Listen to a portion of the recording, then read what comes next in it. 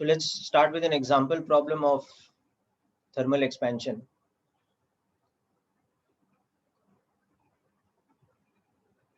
So we have in this situation two metallic rods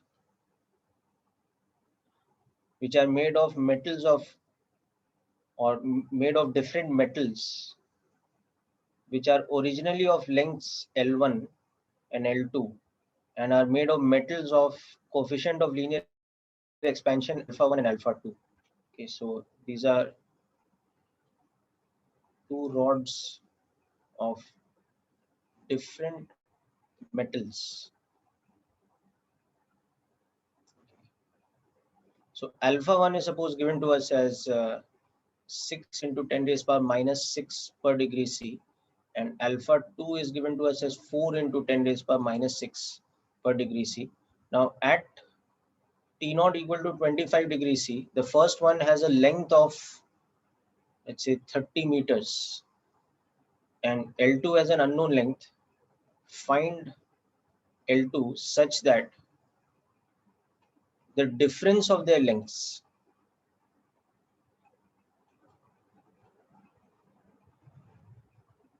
is independent of temperature.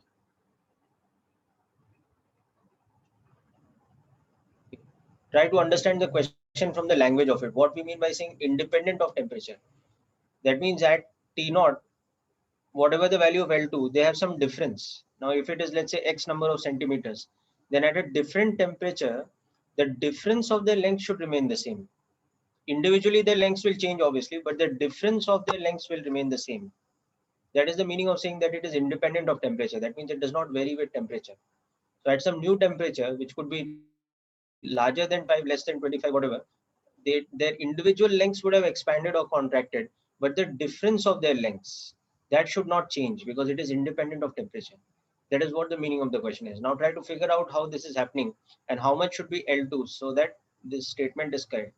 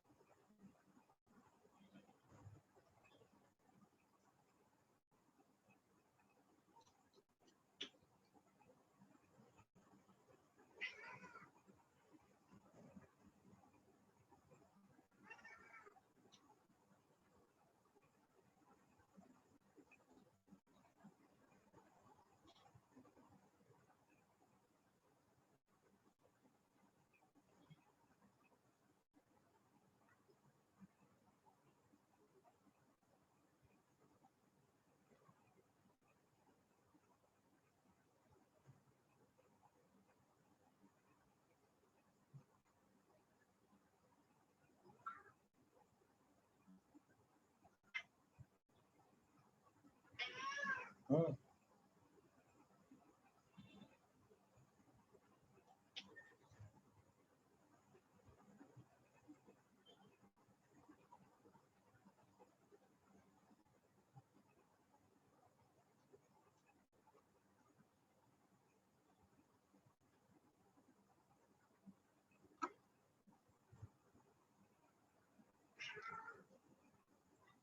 Yes, Harsh, your answer is correct. In meters, right? The length you are given should be in meters, right? It's correct then. Okay. Okay. Yeah.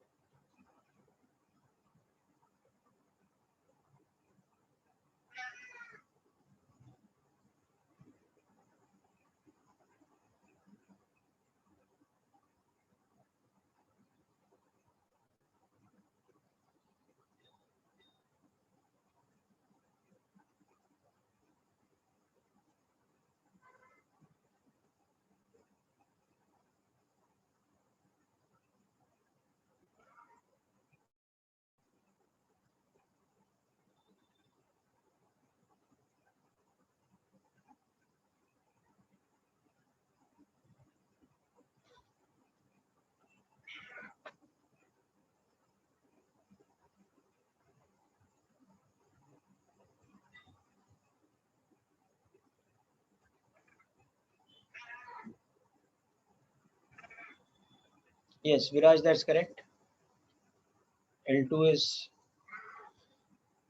45 meters, it should be.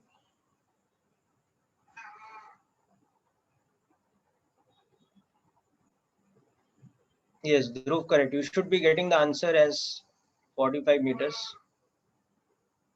So let's check out how you got this. Okay. So at 25 degrees C, L1 is, how much is it now? 30 meters. And L2 is some X. We don't know. Okay. So the difference in the lengths, let's say D, that is X minus 30, assuming X is greater than 30. So the difference is that much. Okay. Otherwise, we'll get the difference as a negative quantity. That's fine. Now, at some new temperature, the new length will become like this. This one is alpha 1 delta t. So you can see that we can write the new length as L1, the whole thing multiplied with 1 plus alpha 1 delta t. And so that will be 30 into 1 plus alpha 1 delta t, where we know the value of alpha 1. Okay. Whereas the other one will be similarly L2 into 1 plus alpha 2 delta t. So this will be that unknown X into 1 plus alpha 2 delta t. Okay. So the new value of the difference will be L2 prime minus L1 prime. Now what we want is that the difference should be independent of temperature. Okay. So if this difference D is independent of temperature, then D prime should be equal to D for any possible value of delta T. For whatever temperature change, it should be the same. So L2 prime minus L1 prime should be equal to L2 minus L1. Now we just substitute the values. Okay, so L2 prime is our X into 1 plus alpha 2 delta T. L1 prime is 30 into 1 plus alpha 1 delta T. They should be equal to X minus 30. So just solving this a bit further, take the term of delta T common.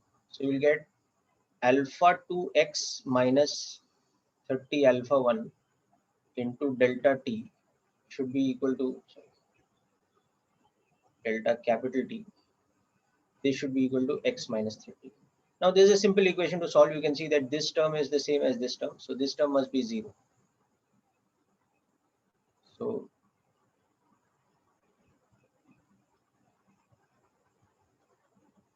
So X should be equal to alpha 1 by alpha 2, 13 meters. So now we can substitute the value of alphas that are given in the original question. So the ratio of alpha 1 by alpha 2 is 6 by 4 or 3 by 2. So this should be 45 meters. So very simple question really. We have done a more interesting version of this question last time when we saw that triangular frame that was hinged at the 3 corners, where the height of the triangle was remaining constant. That was a more interesting version of this kind of geometrical type of problem. Anyhow, okay, now the other thing we discussed in detail last time was about how cavities behave under the action of temperature increasing or decreasing. And there are going to be some important calculations based on that. And we also discussed about time period of a pendulum, how it is affected by thermal expansion. So all these things are important applications of thermal expansion. So hope this is clear to all of you. Okay, now let's move on to another question, which is a bit like that question of time period we had done.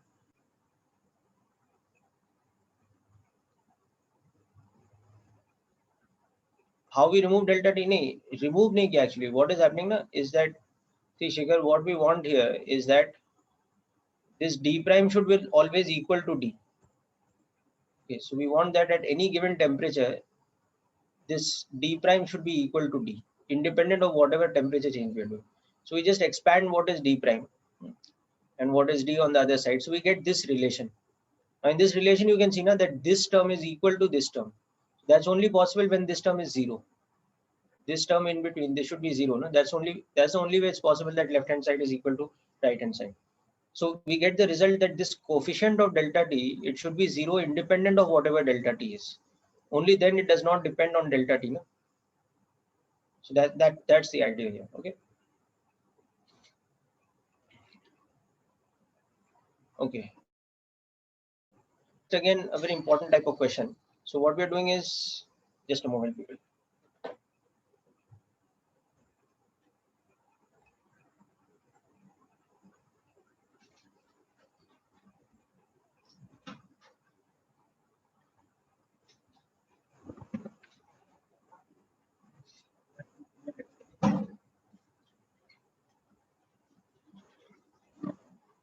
So now let's see a question like this. So what we are doing here is, let's say we have a plastic sheet or a wooden plank or something like that. Okay. So let's say it's a plastic sheet, and this length of it is L. Okay. And we also have with us, to do the measurement, we have a metallic scale, like a meter scale or something, made of some particular metallic material. So we have a metallic scale. Let's say it's a meter scale like that. Okay. So the length of the plastic sheet is measured by the metallic scale to be equal to, let's say, 75.0 centimeters, or let's take it larger. So it's measured to be 225.0 centimeters at a temperature of 5 degrees C. Assume the metal scale was calibrated at this temperature. So the, the calibration or the marks that we have made on the scale are accurate at that temperature.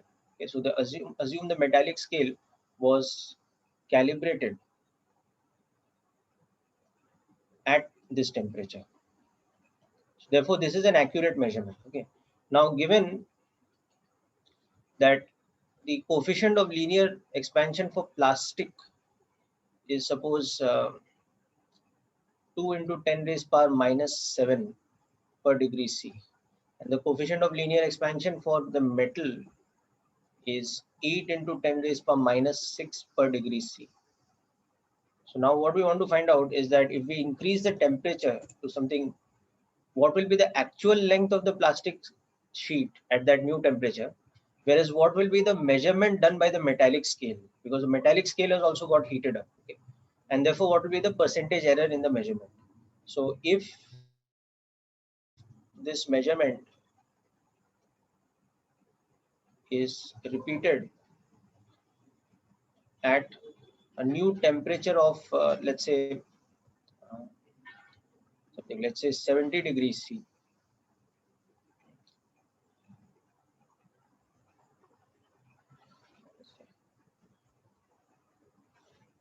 80 degrees C. Okay, if this measurement is repeated at 80 degrees C, assuming the plastic doesn't melt, of course, it's a hard variety of plastic. So both the plastic sheet and the scale are at the same temperature.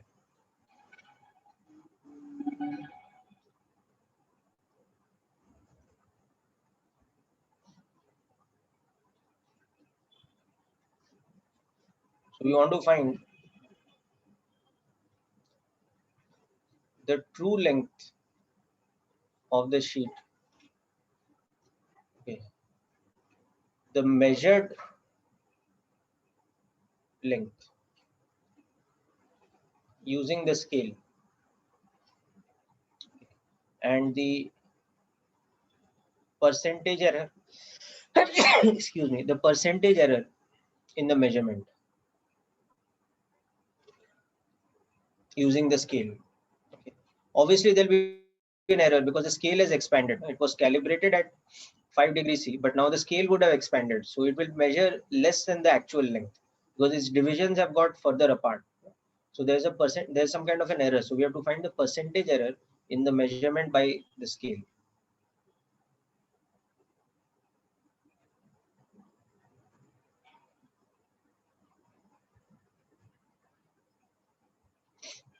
Okay, so I think the question is easy to understand. Now just think how you can apply mathematics to make the calculation very easy for yourself. Don't want to get into too much lengthy calculation. So let's see how we will utilize some kind of approximation method, etc.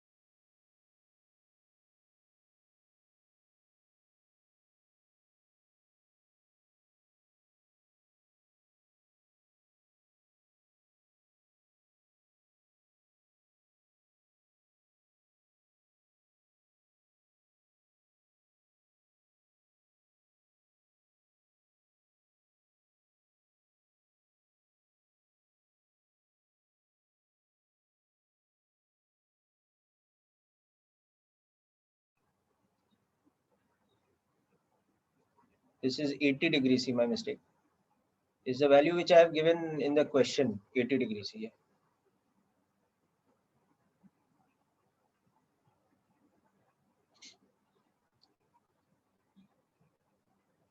Okay, so let's see the true length.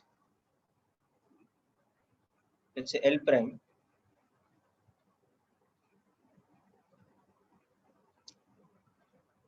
at 80 degrees C will be alpha of plastic into delta T, where the original length was 225 centimeters at a temperature of 5 degrees C.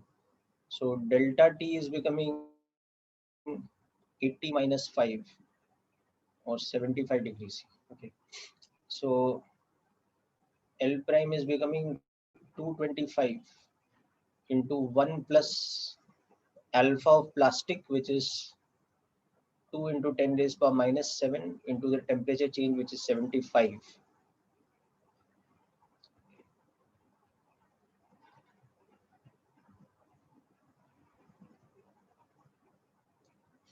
Plus 225 into 2 into 75 into 10 raised power minus 7.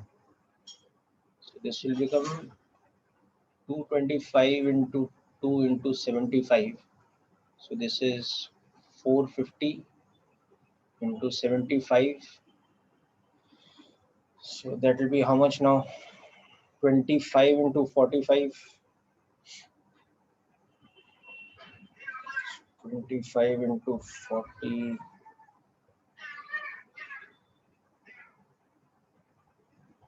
should be 1000 plus 5 into 25. Okay. So this should be 11 to 50 into 3. Okay. So this should be 33750 by my calculation.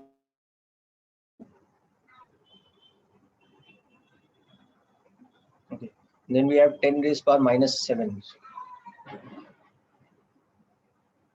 So this should become 0.0033750.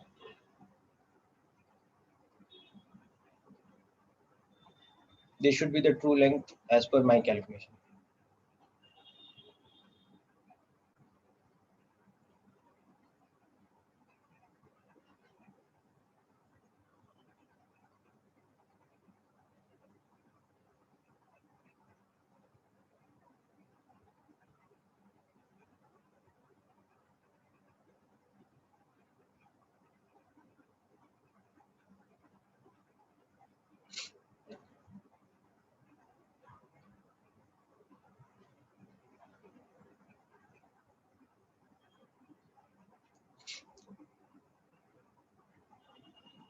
So it is, if I round it off, it is 0.0034.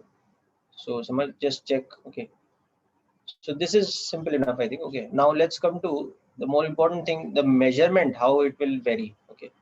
Now as far as the scale is concerned, so for the metallic scale, okay, let us say suppose one division was equal to 1 millimeter or something, or whatever, one division was 1 centimeter at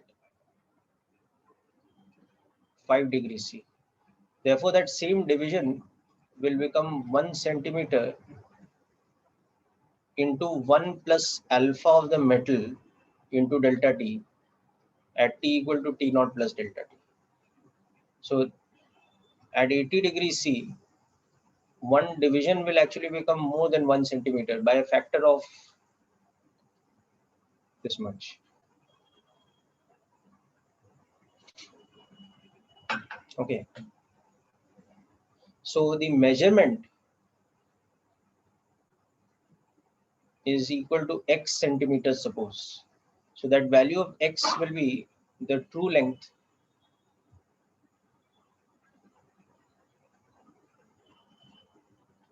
divided by, sorry, divided by the 1 division on the scale. That will be the value of the measurement. Okay. So now I'm going to show a different way of doing the calculation. Okay. So the true length is L at T naught into 1 plus alpha of plastic into delta T. And this is equal to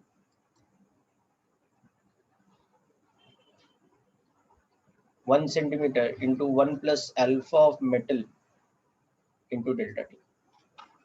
Okay. So we will first do an approximation of this calculation before we put in the substitutions. Okay. So that's the important thing here. So we know that numerically this would work out to be that 225.003375, whatever, that complicated number, divided by, now this, if you calculate, it will come out to be how much? 75 into 8. So that is 25 into 8 is 200 into 3. So 600 into 10 raised to minus 6. So this will come out to be 1.0006,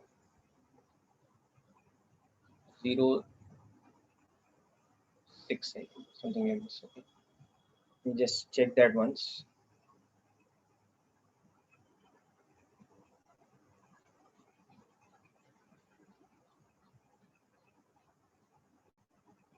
Yeah, come out to be this, but we don't want to do this calculation this way because it's going to get way too lengthy.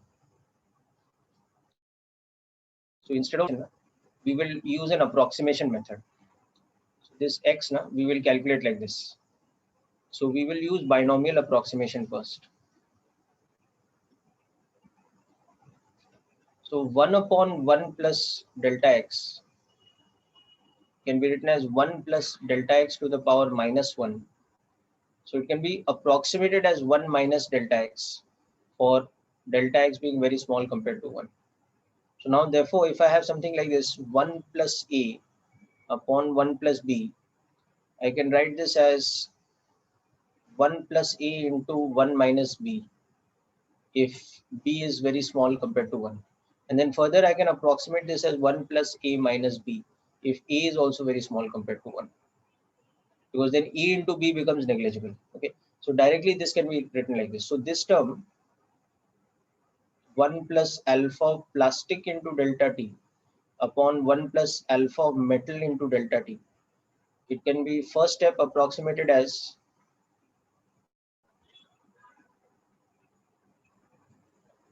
into 1 minus alpha of metal into delta T.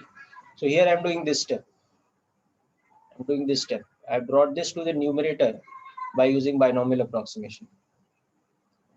And then next what I can do is I can further approximate this as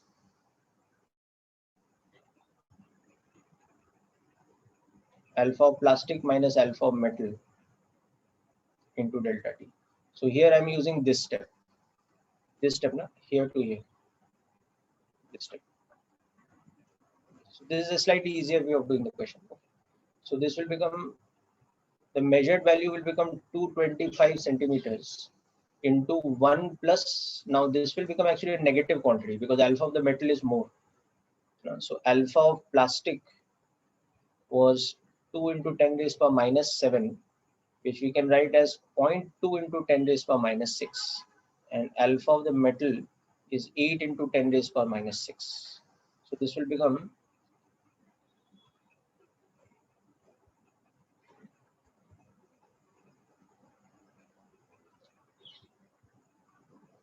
this.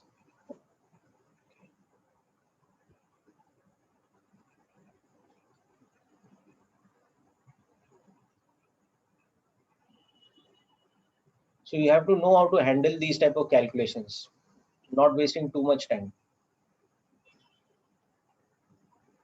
This will become 1 minus 7.2 into 75 into 10 raised to minus 6.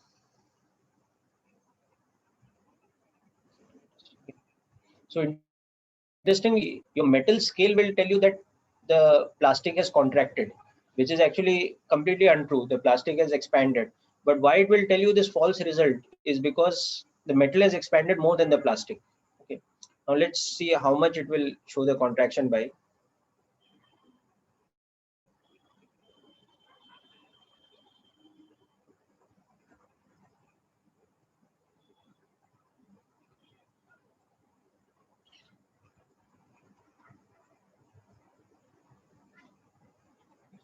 So it will show as if there's a contraction of about 0.122 centimeters. So the measurement will be completely false, as I told you. Instead of an expansion, it will show as if it is compressed or contracted this much.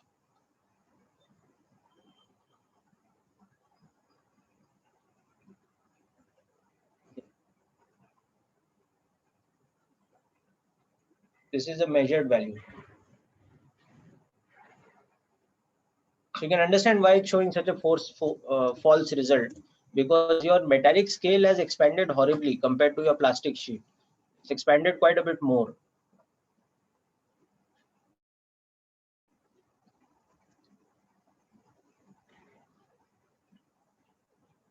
Yes, that's also true. That's very interesting.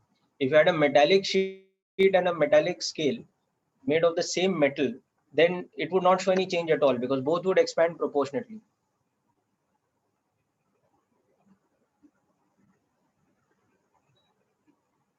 Viraj, what will be at any temperature?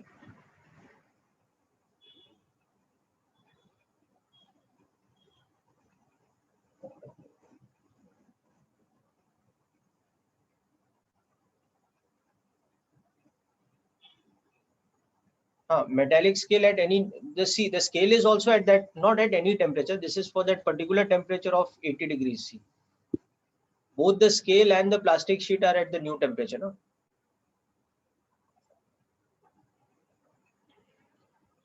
Understanding the point now? I'm assuming that you're doing this experiment at a temperature of 80 degrees C. So both your plastic sheet as well as your scale are at that new temperature of 80 degrees C. So the metal scale has expanded. Expansion somewhat depends on just these two factors. No? It depends on the change in temperature, and it depends on the material, the coefficient of expansion. So any expansion is given by this. No? Delta L by L is equal to alpha delta T. Delta A by A is given by beta delta T, surface area, where beta is twice of alpha. And volume expansion is given by gamma delta T, where gamma is 3 times alpha. So it depends on just two factors, the material, which determines the coefficient of expansion, and the temperature change.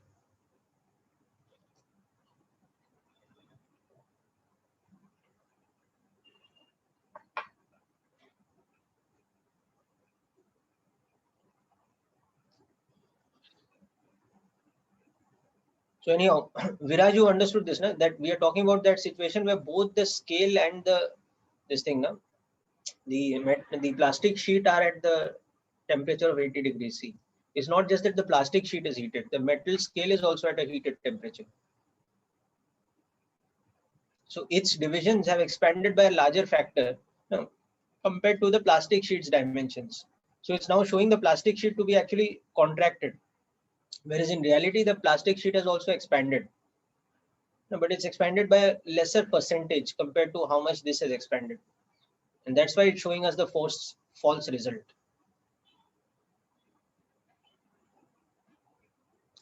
If the scale was not heated, then it would show us the true result. No? Then there would be no error. One division would have remained 1 centimeter.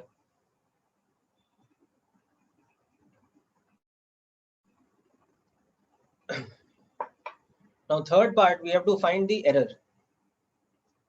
So how do we find the error in any measurement? The percentage error. It is the fractional error multiplied by this thing, the multiplied by 100. So want to calculate the percentage error in the measurement. So the true value was L prime. The measured value was X. So the error is the difference of the two. Na? So the percentage error will be equal to the error divided by the true value. That's a fraction. So convert that fraction into percentage. So this was that 225.0033, or was it 3 zeros? Let's check.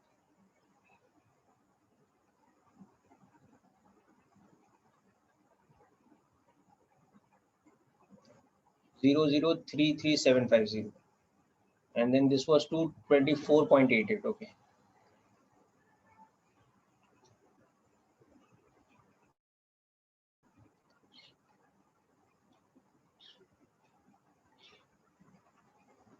Okay, so this error will be a negative value. But now what I'm trying to show you is that this calculation that I'm doing, we don't need to do this. We'll calculate this and this. We don't need to do this. What we can do is, see, for the scale, okay, one division was supposed to be 1 centimeter at 5 degrees C, which is the correct calibration. Okay, now at 80 degrees C, okay, we saw that one division has become 1 centimeter into 1 plus alpha delta T. So the percentage error in the division is that alpha of metal into delta T converted to a percentage.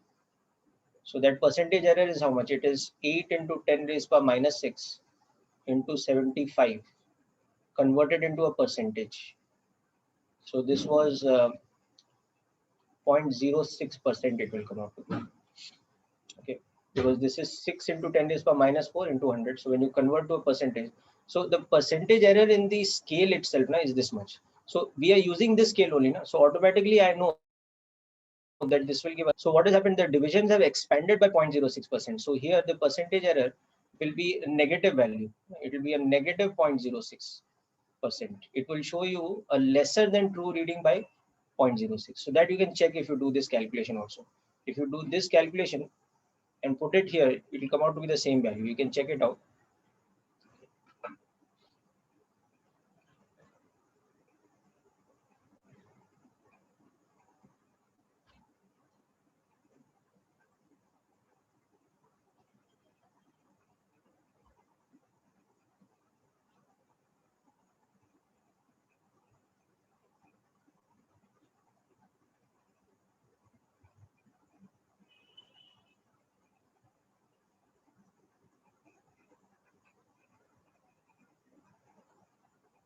This error will come out to be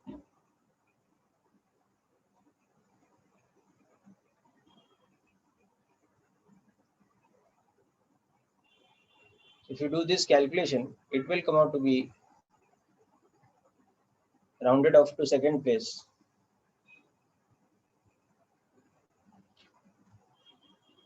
So this calculation becomes unnecessary. That's what I'm just trying to say basically.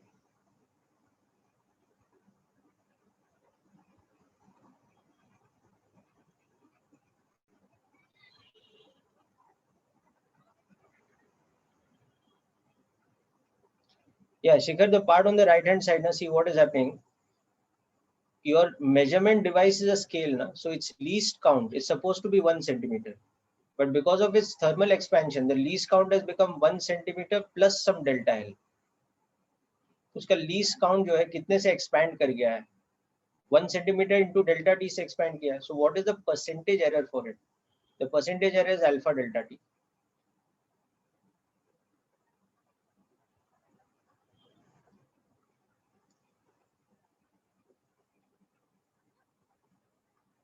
Okay.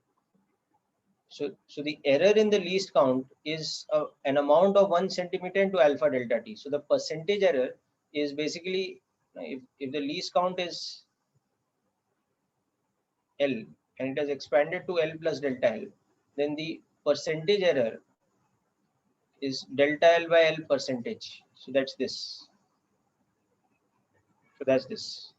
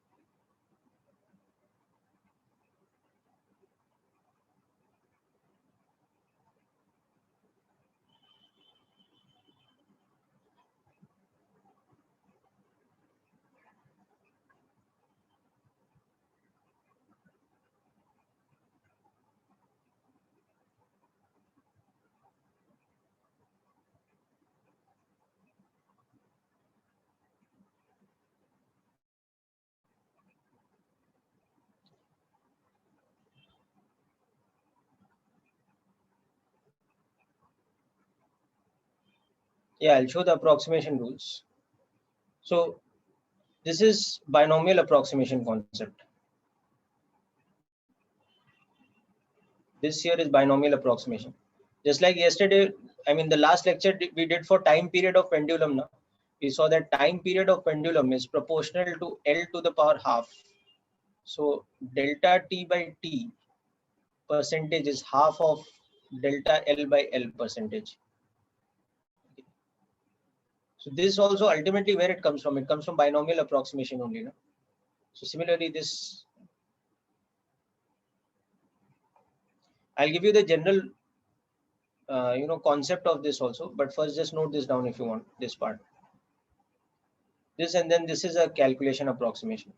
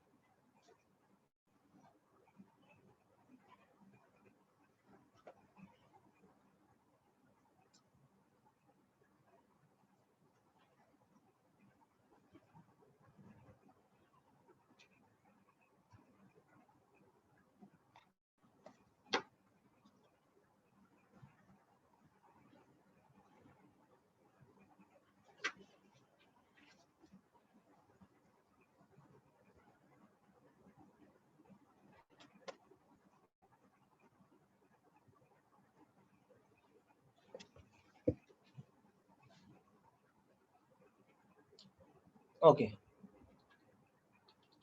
So see, these are all basically concepts coming from this kind of thing, that in errors you have this idea that if y is equal to, or y is equal to some constant into x to the power n, then delta y by y is equal to n times delta x by x. Okay. For small values of delta x by x, that is, this fractional error should be small compared to 1. So this is one principle. And the other principle is that if z is equal to x into y, then delta z by z is equal to delta x by x plus delta y by y. Okay. So where all these things come from? They basically come from the binomial approximation concept.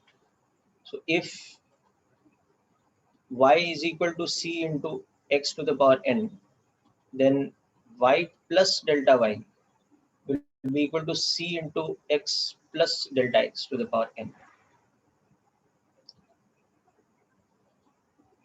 So y into 1 plus delta y by y, take y common on this side, will be into c into x to the power n, take x common from this bracket. So this will become 1 plus delta x by x to the power n.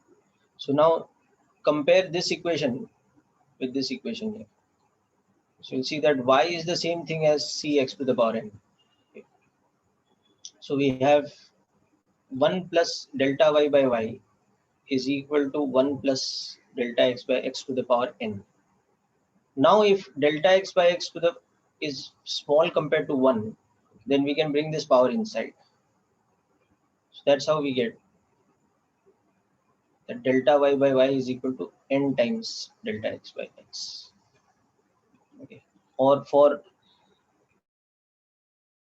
errors, we have that if y is equal to some constant into x to the power n, then y plus minus delta y will become c into x plus minus delta x to the power n. So this same thing applied will then give us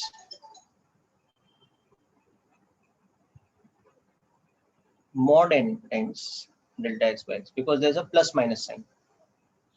Okay. So for example, here if we have that y is equal to some constant upon root x, then this will become delta y by y is minus half of delta x by x. But if you're talking about errors, okay, and y is equal to this. Now, if x is x plus minus delta x, then y will become y plus minus delta y.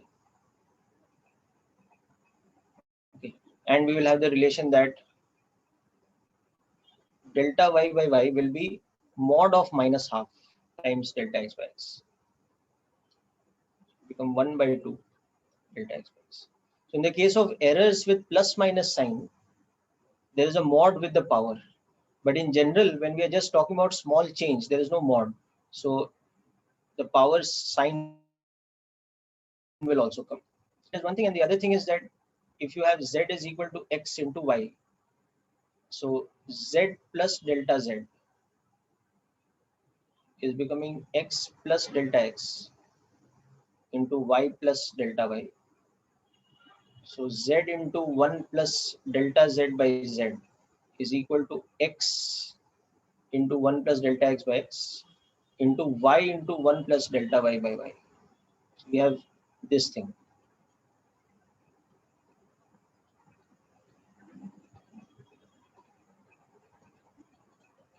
Okay. Now you again compare this equation, the original equation, with these terms. So you see that this cancel. So you have 1 plus delta z by z is equal to the product of these two terms. And for the product of these two terms, when you open this bracket, the fourth term will be negligible because it's the product of two very small terms. And a delta y into delta x divided by xy, that term will be negligible. This is 1 plus delta x by x plus delta y by y plus delta x into delta y divided by xy. So this term we neglect. It's approximately 0. So we say that this is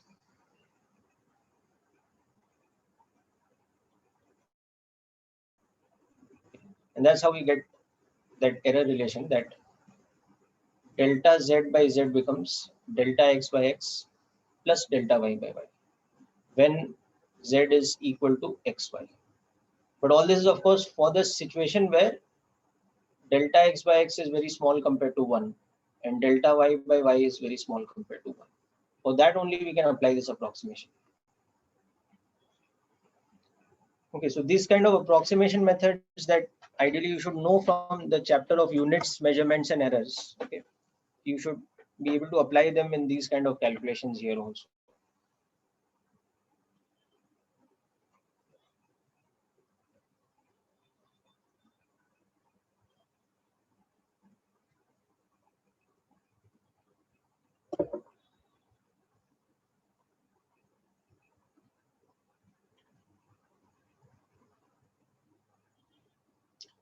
That will automatically happen. Na? If your error in x is very small compared to x and your error in y is very small compared to y, then delta z by z will automatically become very small compared to z. Okay?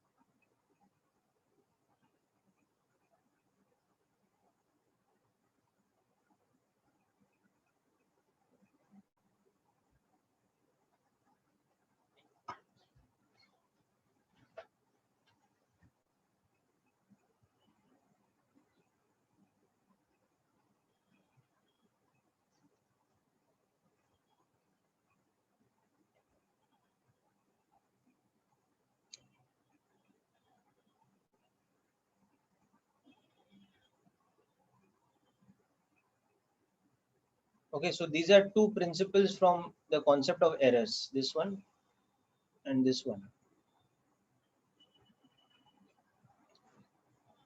So this one I've demonstrated here, and this one I've demonstrated here.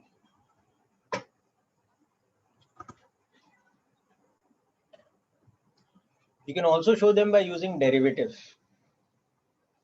Instead of using binomial approximation, you can use differentiation also to show them, but I prefer the binomial approximation method because actually differentiation comes from this one.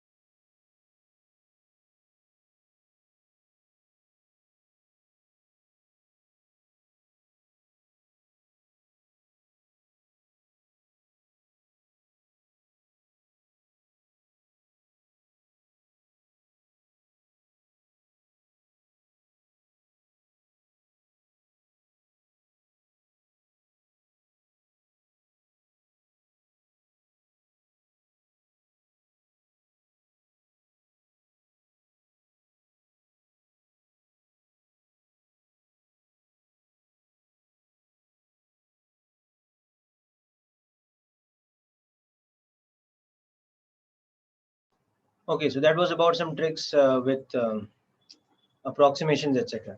Okay. Now let's look at question related to. Acha, I haven't finished. Okay.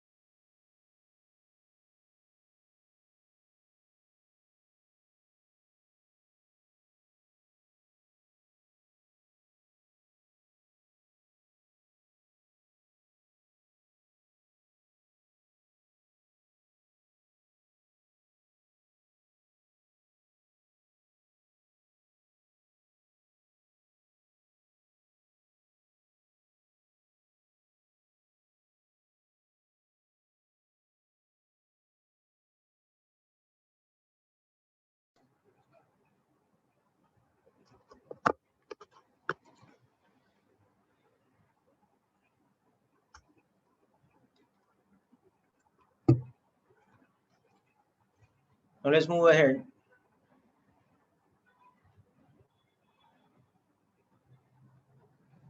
And just like we saw in the previous question, that if we use a faulty metallic scale, we can get a sort of faulty measurement of length with a large percentage error. A similar thing can happen with volume also. So, for example, and here the concept of the cavity becomes important. So, before we get into this question, let's quickly understand this again. If we have any material which has a cavity, so for example, yesterday or last time we discussed about a two-dimensional sheet Now here let's talk about this being three-dimensional. Suppose this is a solid block of metal, okay, with a spherical cavity. So suppose the solid block of metal we are talking about, it has dimensions like this.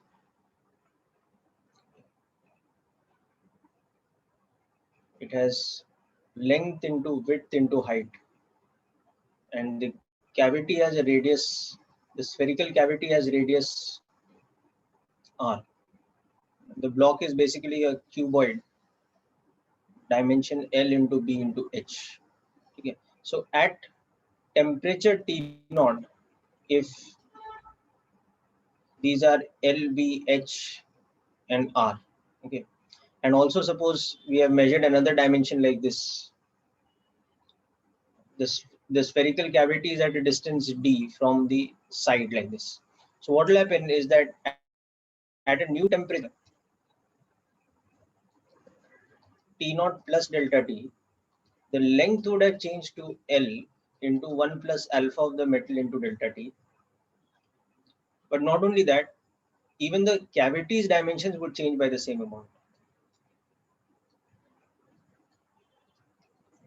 So this metal has a coefficient of linear expansion alpha. So the height would also change by the same percentage or fractional change. But now the cavity's radius will also change by that same relation. This distance D here will also change by that same relation.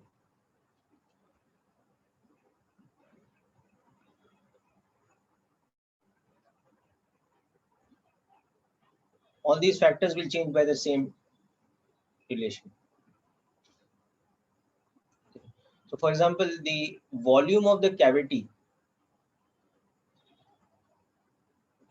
will change from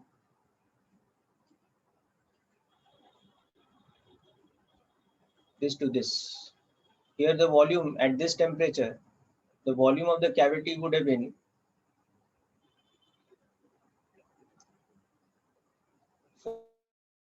4 by 3 pi r. Now this will become 4 by 3 pi r into 1 plus alpha delta t, whole thing cube now. So when you do this cube, you can see it is 4 by 3 pi r cube into 1 plus alpha delta t cube, where you can now use binomial approximation again.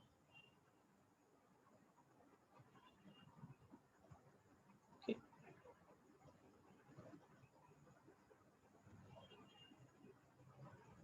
Because gamma is equal to 3 alpha. So you can see that whether we are talking about the cavity expands just as a solid sphere of metal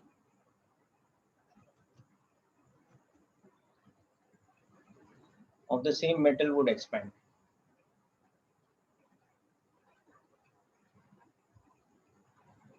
Okay. Its radius changes by a factor of alpha delta t. Its volume changes by a factor of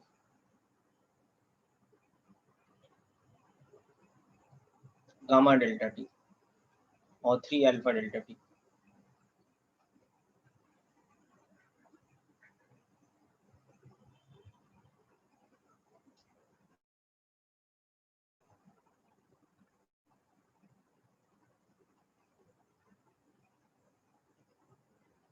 Yeah, gamma, how we will know? Because we know the gamma of the material is 3 times alpha. So this is the concept of the cavity. Okay, now I'm going to show you application questions based on this.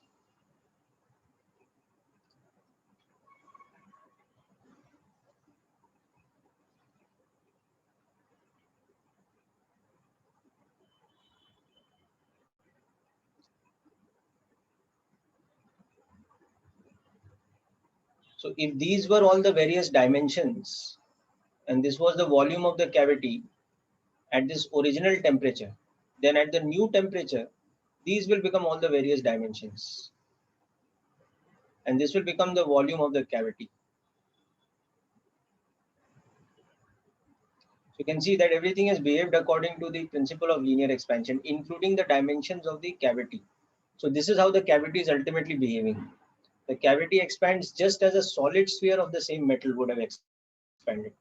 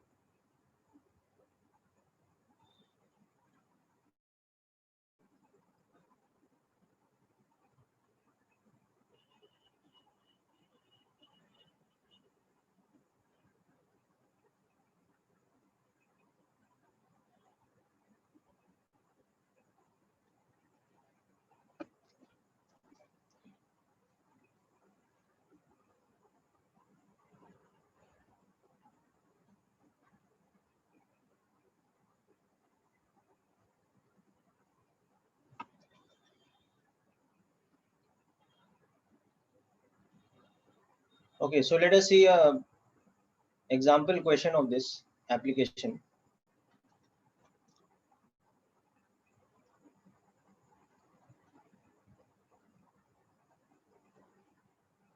So we have a situation like this. We have a cylindrical vessel, let's say a glass vessel.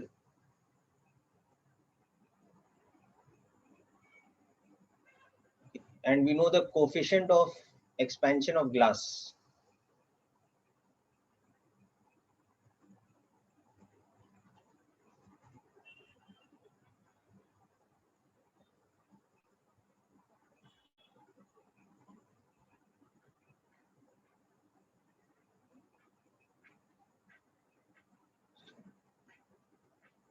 The glass vessel,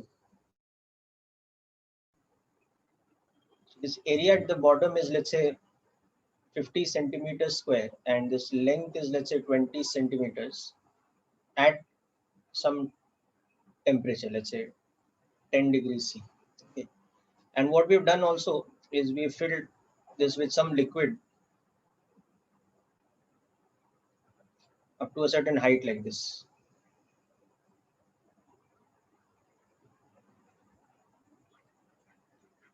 This is filled with some liquid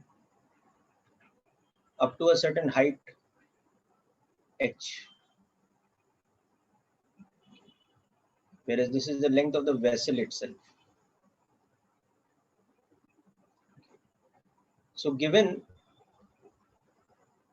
that, suppose the coefficient of linear expansion for glass is, let us say, not saying this is the correct value, I'm just taking a hypothetical value. So suppose that is 2 into 10 raised power minus 7 per degree C, and the coefficient of expansion for the liquid. Now the liquid is a voluminous object, so let's say we've given its gamma.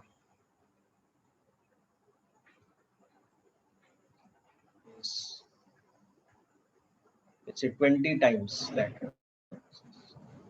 So So find the volume of fluid, that is A into H, at T naught equal to 10 degrees C, so that when the system is heated, okay, then liquid will start to overflow at a temperature of 60 degrees C. When we start heating the container with the liquid in it, the liquid will expand at a faster rate than the volume of the container.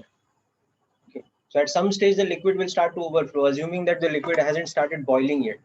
Neglect the vaporization effect altogether.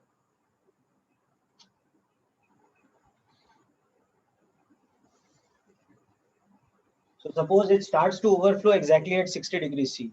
So how much volume of liquid I would have put in the first place? That is, what up to what height I would have filled the liquid.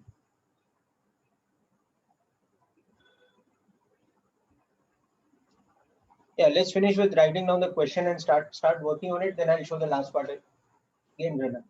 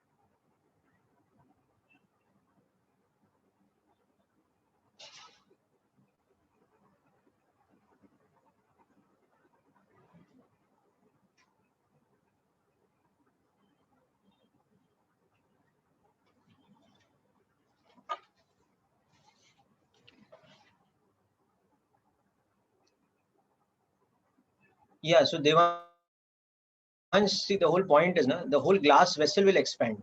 So how does the volume of an empty vessel expand?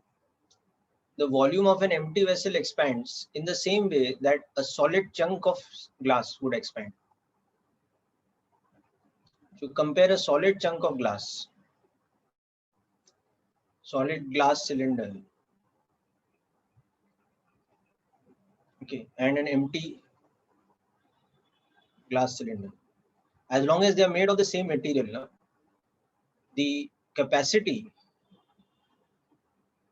of this is, let's say, V naught, and this one's volume is V naught at temperature T naught. Okay, so at a new temperature, T naught plus delta T, both would expand in the same way. This is the cavity principle. इसका भी volume उतना ही होगा जितना इसका volume होगा. The capacity of this would have expanded.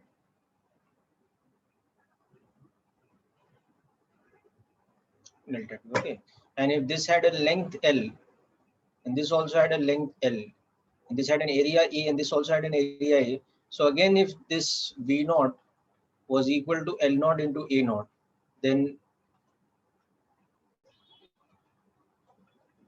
1 plus alpha of glass into delta T, and A will become A naught, 1 plus beta of glass into delta T. Okay. For both the capacity of the empty vessel as well as the solid glass cylinder.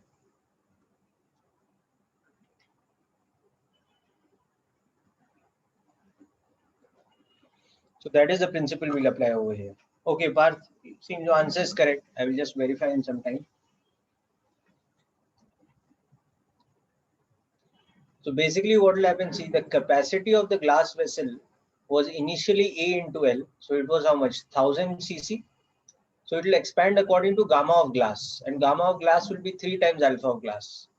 Whereas the volume of liquid is some unknown height into 50 centimeters square, and that volume will expand according to original volume into 1 plus gamma of liquid into delta T. So when that delta T becomes so much that final temperature is 60, the volume should almost be equal so that it's ready to overflow. In fact, you can say volumes will be equal. So it just starts overflowing.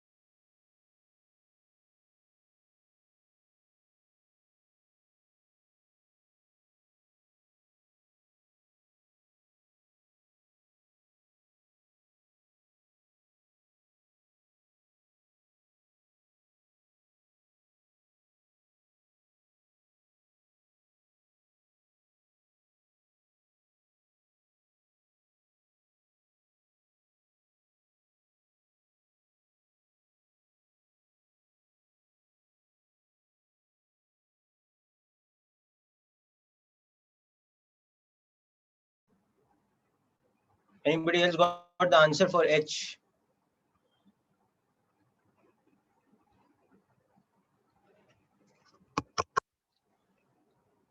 So see, what is happening is that T naught equal to 10 degrees C, the volume of the vessel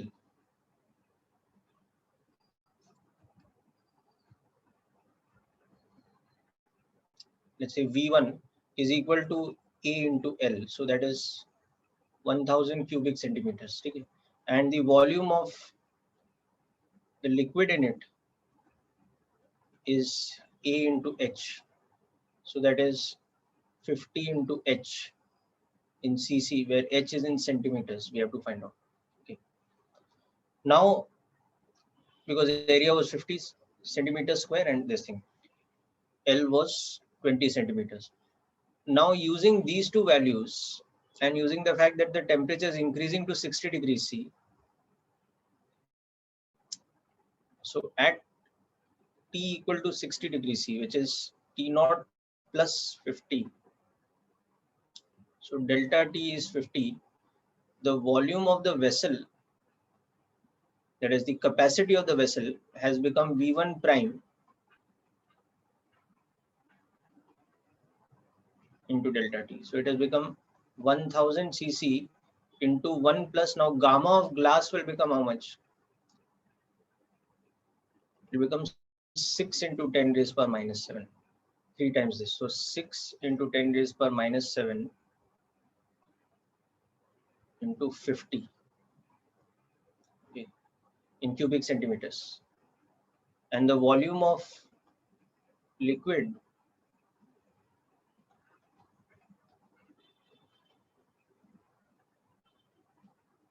so this will become 50H into 1 plus 4 into 10 raised per minus 6 into 50 in cc. Okay. So if the liquid starts to overflow,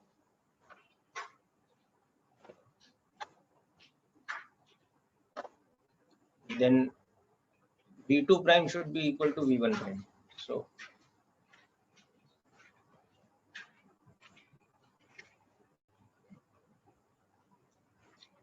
become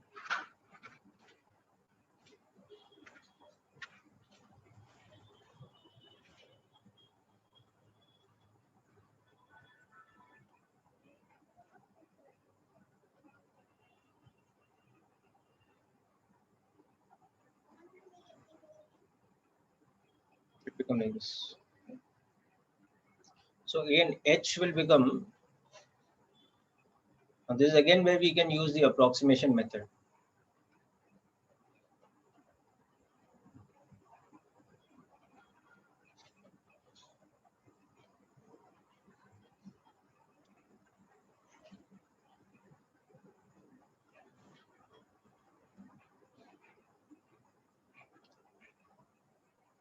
Sorry, this is 3, not 6.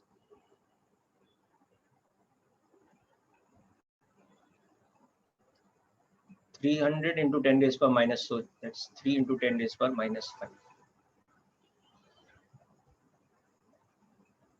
Right. Okay. So first we can bring this to the numerator. So that's 20 into 1 plus 3 into 10 raised per minus 5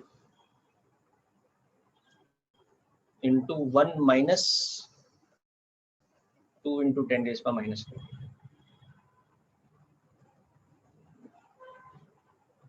And then we can open this bracket and we can make it 1 plus 0.3 minus 2, 10 raised per minus 4. So 20 into 1 minus 1.7 into 10 raised per minus 4. That will become 20 minus 3.4 into 10 raised per minus 3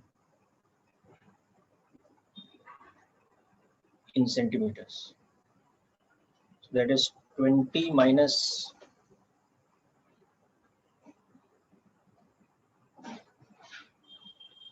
that is 19.9966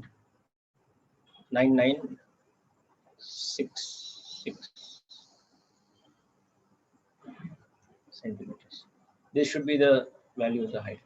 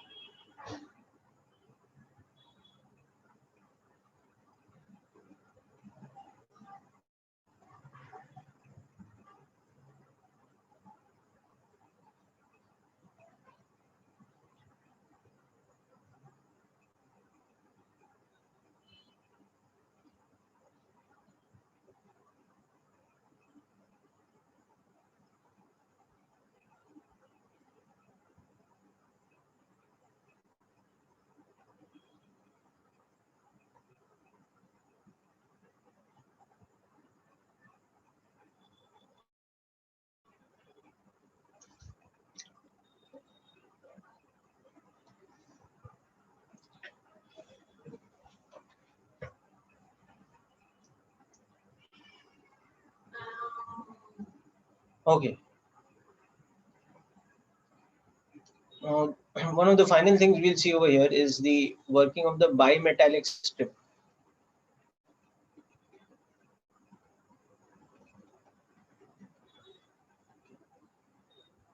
So if we have created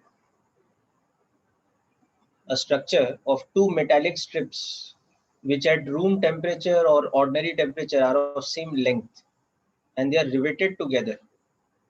Okay, so we've got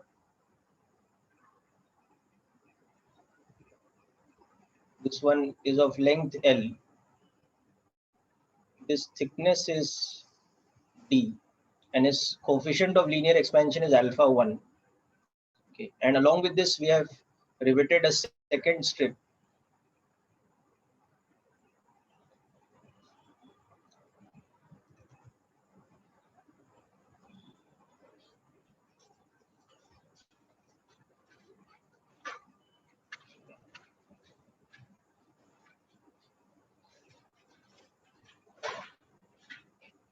This is also of, let's say, the same thickness, the same length, but a coefficient of expansion alpha 2. This is at the room temperature T0. And suppose alpha 1 is greater than alpha 2. So when we increase the temperature, the alpha 1 rod will tend to expand more than the alpha 2 rod. So as a result of that, we will now have a bent structure. So our structure will become something like this.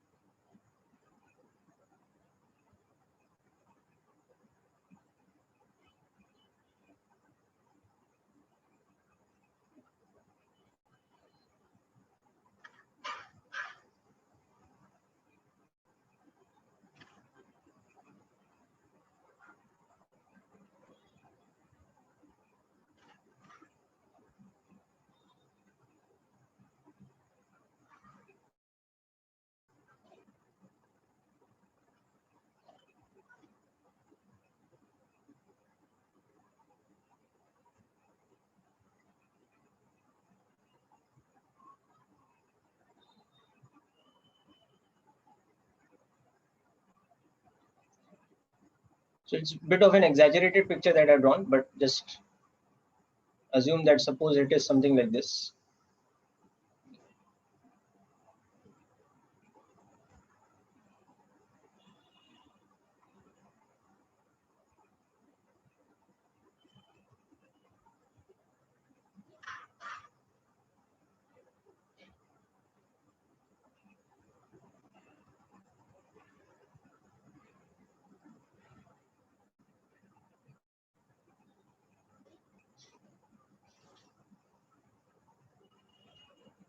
It's expanded something like this. Okay. So let's say this is the center of curvature. It expands into something like a circular arc.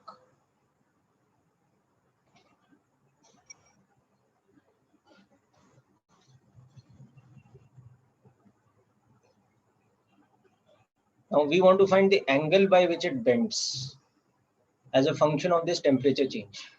So what we'll see is that the outer rod has a radius of, let's say, R1, and the inner rod,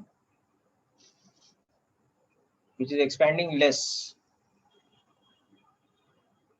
has a radius of R2. So you will see that the R1 is like some mean radius plus d by 2, where d is the thickness. So the mean radius is like the radius of the interface. So this one's midpoint is at d by 2 before this, and that one's midpoint is at d by 2 after that.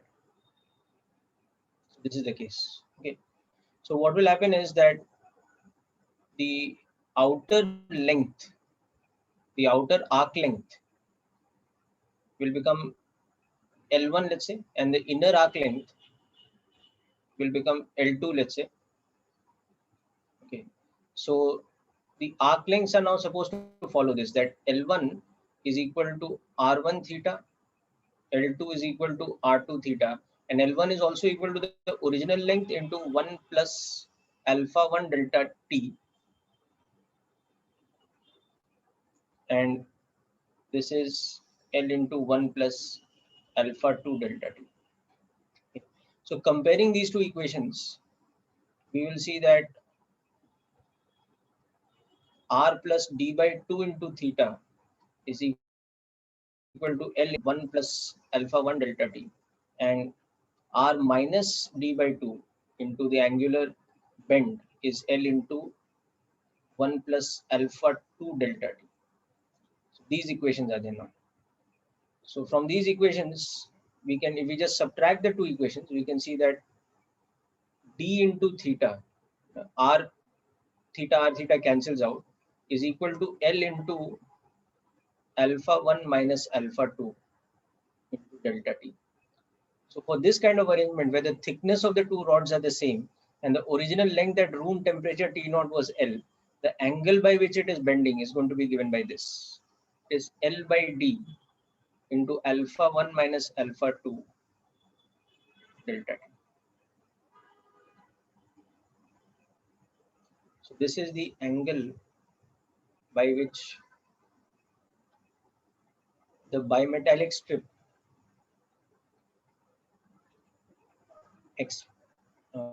bends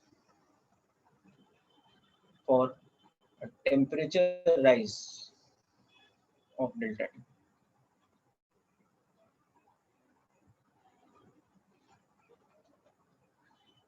Okay, so you don't have to really memorize this formula, you have to just know how it really comes about.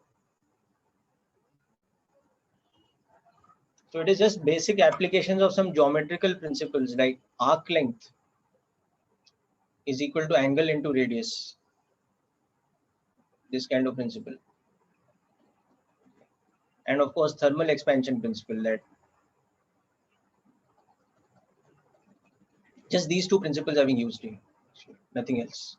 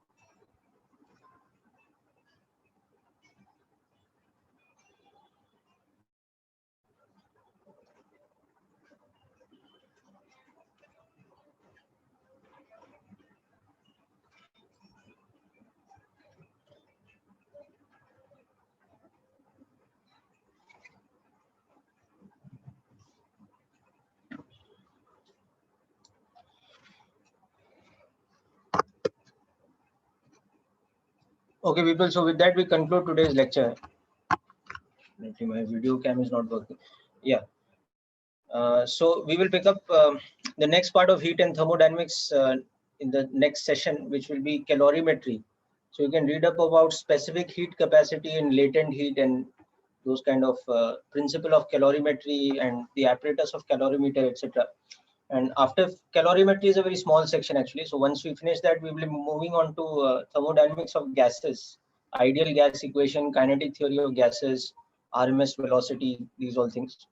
So you can read up a little bit ahead about the theory part, either from NCRT or Resnick Halliday, or from your module for that matter.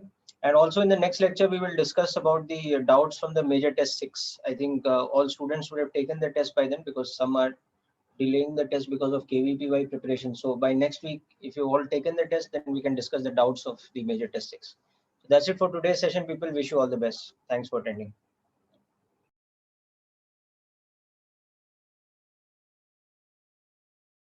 And best of luck for KVPY for all of you.